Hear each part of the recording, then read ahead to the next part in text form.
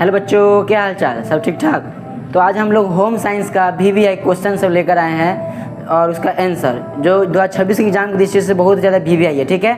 तो आप पहले इसको स्क्रीनशॉट लीजिए और इसका जो भी आंसर उसको लिख लीजिए। फिर मैं कल इसका वीडियो लाऊंगा, लगातार इसका वीडियो लगभग 13 दिन तक लाता रहूँगा, ठीक है। लगभग इसमें 130 क्वेश्चन है जिसका आंसर भी दूंगा और समझाने की भी पूरा तरह से कोशिश करूँगा, ठीक है। तो आप इसको लिखिए और पूरी तरह से एग्जाम की तैयारी कीजिए और हो सके दोस्तों में शेयर जरूर कर दीजिए, ठीक है।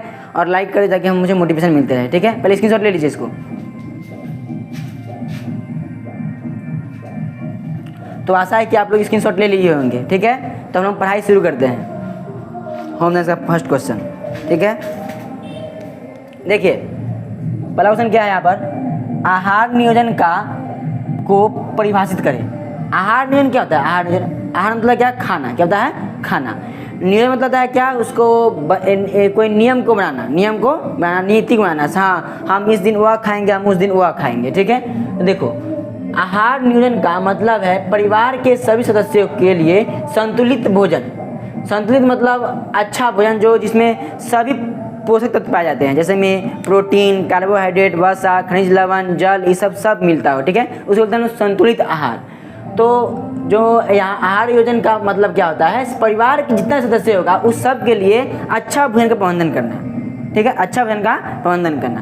तो एक महिला ही इसको अच्छा तरह से प्रबंधन कर सकती है, ठीक है। शाम आज क्या बच्चों को खिलाना है, क्या नहीं खिलाना है, ठीक है। आज बाबू जी को क्या खिलाना है, क्या नहीं खिलाना, उसके मम्मी जी को क्या खिलाना है, माने इस टाइम समझने के लिए बता रहे हैं। सो वह एक औरत ही जानती है हाँ से खाना क्या क्या आज होना चाहिए, ठीक है। देखते हैं आगे अगला क्वेश्चन, ठीक है। देखिए, साबुन बनाने में प्रयुक्त होने वाली दो मुख्य सामग्री का नाम लिखिए। तो यहाँ पर तेल होगा और एक वसा होगा। तेल और वसा जो साबुन बनाने के लिए यूज होता है। आगे तो बहुत ईजी है।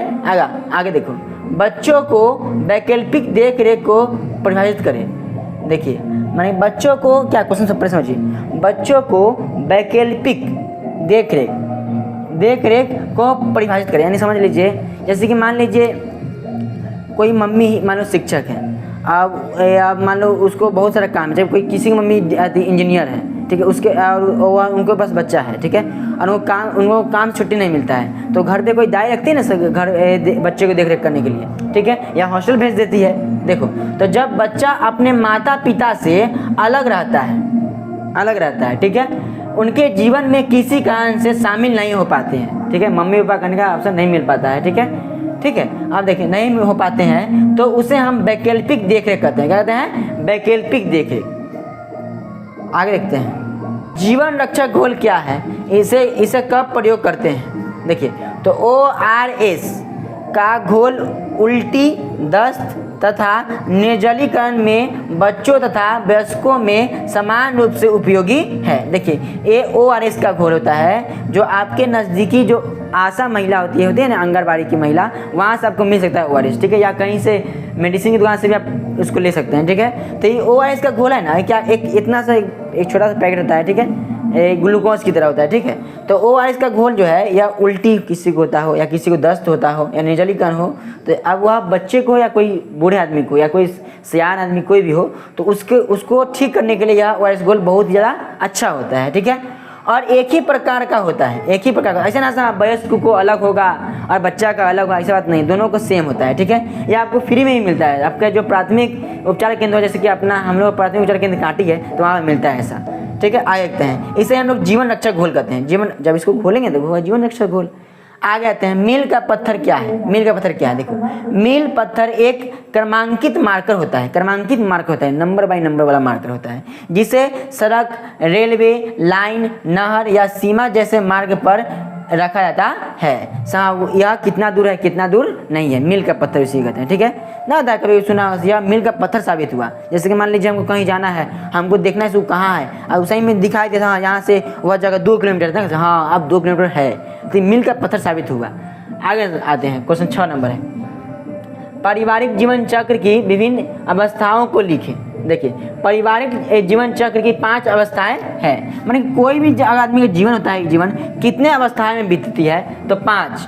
पहला है स्वतंत्रता। पहला है क्या? स्वतंत्रता। पहले बचपन में क्या मिलता है? स्वतंत्रता मिलता है, सो वह पढ़े लिखे, कुछ दिमाग को लाए, जिससे वह आने वाली पीढ़ी को भी संभाल सके। तो पहला है स्वतंत्रता, ठीक है। दूसरा में आता है विवाह, जब कोई बच्चा वयस्क हो जाता है, मैच्योर होता है, तो उसका विवाह होता है। फिर युगमच, फिर संतान की उत्पत्ति करता है। फिर कहता है पालन पोषण, फिर उसका पालन पोषण करता है। फिर जो वो उसका बच्चा का सेम उसी का वही प्रक्रिया होगा। आगे आते हैं वयस्क बच्चों का जन्म, फिर अच्छे बच्चों का जन्म, मानी उसको ठीक से परवरिश करना, ये भी एक अवस्था ही है, ठीक है। अगला है बुजुर्ग वर्ष, फिर एक वृद्धावस्था आता है। फिर उसका जो नया पीढ़ी आता है उसी तरह सेम यही सिस्टम चलते रहता है। इसके बाद ऐसे ही लगातार यह क्रिया हम लोगों का होते रहता है, ठीक है।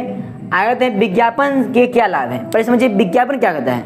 तो विज्ञापन करते हैं प्रचार को। किसको कहते हैं? प्रचार को। जैसे कि मोबाइल से में देखते होंगे, यूट्यूब देखते हैं, ऐसे करते रहेंगे तो मैं ऐड आता है ऐड, कोई चीज़ चलाते हैं तो उसमें ऐड ना ऐड, उसी ऐड को बोलते हैं इसमें लोग विज्ञापन। क्या बोलते हैं? विज्ञापन। तो विज्ञापन से क्या होता है? तो विज्ञापन के निम्नलिखित लाभ हैं। पहला है बाजार में एक नया उत्पाद पेश करना से, क्या नया चीज़ आया है मार्केट में उसको पेश करना से, क्या नया चीज़ है। अगर वो बताए भी नहीं करेगा तो मान चलेगा आदमी को क्या क्या नया चीज़ आया है, क्या नहीं आया है, ठीक है। तो पहली बात क्या है, सब बाजार में नया उत्पाद को पेश करना, जिससे मान चलेगा ग्राहकों को ये नया सामान आया है। दूसरा है बाजार का विस्तार, बाजार को बढ़ावा मिलेगा, लोग बाजार में जाएंगे, सामान खरीदेंगे। फिर तीसरा है बिक्री में वृद्धि, उसके सामान में वृद्धि होगा तब व्यापार को बढ़ेगा, जब व्यापार बढ़ेगा तो मनुष्य का विकास होगा। आगे देखते हैं देश का विकास होगा। उपभोक्ताओं को शिक्षित करता है, यह जो सामान है कैसा है, यह सामान कैसा नहीं है, इसको कैसे पहचानेंगे, कैसा अच्छा है कैसे नहीं है, इसका मूल्य कितना है, इसका मूल्य कितना नहीं है। इसके लिए उपभोक्ता माने ग्राहक को, किसको? ग्राहक को यह शिक्षित करता है, ठीक है। आगे देखते हैं बेहतर गुणवत्ता वाले उत्पाद, माने कि यहाँ में क्या बोला है, माने कि अच्छे बेहतर वाले गुणवत्ता वाले जो उत्पाद है उसको मिलता है ग्राहकों के बीच में, देखता है यह नहीं था, यहाँ पे उसका प्रचार था, यही सही होगा, ठीक है। तो उसका भी हम लोग को ज्ञान मिलता है, ठीक है। आगे देखते हैं स्तनपान त्याजन क्या है। अगला क्वेश्चन हम लोग क्या है, स्तनपान त्याजन क्या है। देखो, शिशु को धीरे धीरे माँ के दूध को छुआना ही स्तनपान कहलाता है। जब कोई शिशु होता है, जब कोई बच्चा होता है तो वह पहले दूध पीता है ना, तो फिर वो उसको छुआते हैं, तो उसी प्रक्रिया को हम क्या बोलते हैं? स्तनपान। क्या बोलते हैं? स्तनपान। यह प्रक्रिया 6 माह के बाद शुरू होती है। 6 माह के बाद, 6 महीने से पहले नहीं, 6 महीना के बाद जो शिशु जन्म जाता है उसका यह प्रक्रिया शुरू होता है, धीरे धीरे माँ दूध पिलाना छोड़ देती है, ठीक है। और स्तनपान का त्याजन ठोस आहार को ग्रहण करने के लिए किया जाता है, ताकि वो दूध छोड़ता है ना, वो खाना खाने का शुरुआत करेगा, ठीक है।